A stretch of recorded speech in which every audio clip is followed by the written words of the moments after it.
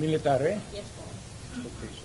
Wala ako sa military. Sabihin ko nga, ibigay ko sa lahat sa kanila ang opsyon. Alam nila that they are serving under a commander-in-chief who is a drug addict, na wag nilang bulahin ang Pilipino na hindi. Alam nila yan. And they can always check it out to the Presidential Security Command. Bahala sila. Kanilang trabaho yan eh. Protector of the Constitution. How do you protect the Constitution? So if you protect the Constitution by saying that we will protect a drug addict for president for another 4 years, well and good. Yun ang gusto ninyo. Yun ang masunod. Will you ask the military that question, Mayor? Again? Will you ask them that very question that you just said now? Na, the protector of are you going to ask them that? Sinasabi ko lang, ngayon na. Sinasabi ko na, I'm not asking. I'm telling them, sabi kasi ngayon, that they are the protector of the people. And that itong free expression, itong the right to be on the opposite side is always protected by the Constitution. And the right of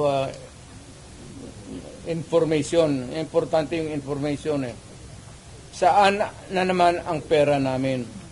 So we are invoking sa military na ang tao kami nagtatanong to be about the money that has been spent since then and the right of redress of grievance kung nawala na. Kagaya nito, PhilHealth, contribution namin ito sa individual eh. Kayo, wala hindi sa PhilHealth. Tanungin ko sa iyo ngayon, saan yung pera ninyo ngayon? Ito ang naiwan na lang is 29. Out of the 89 billion, 29 na lang. So yung ang nawala nito, tanong ninyo, saan yung pera ngayon? Saan yan?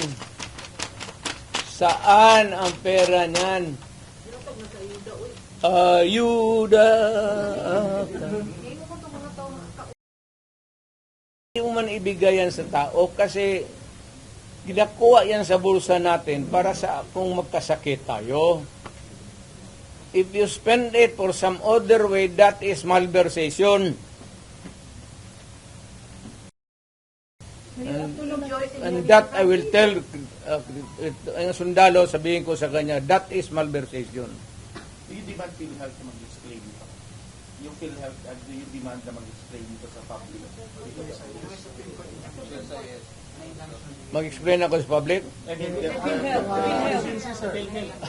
Bubulahin kayo niyan.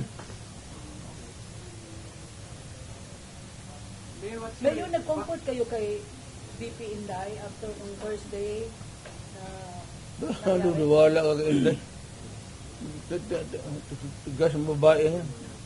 Kamalditan yan. Dood lang. Kaya.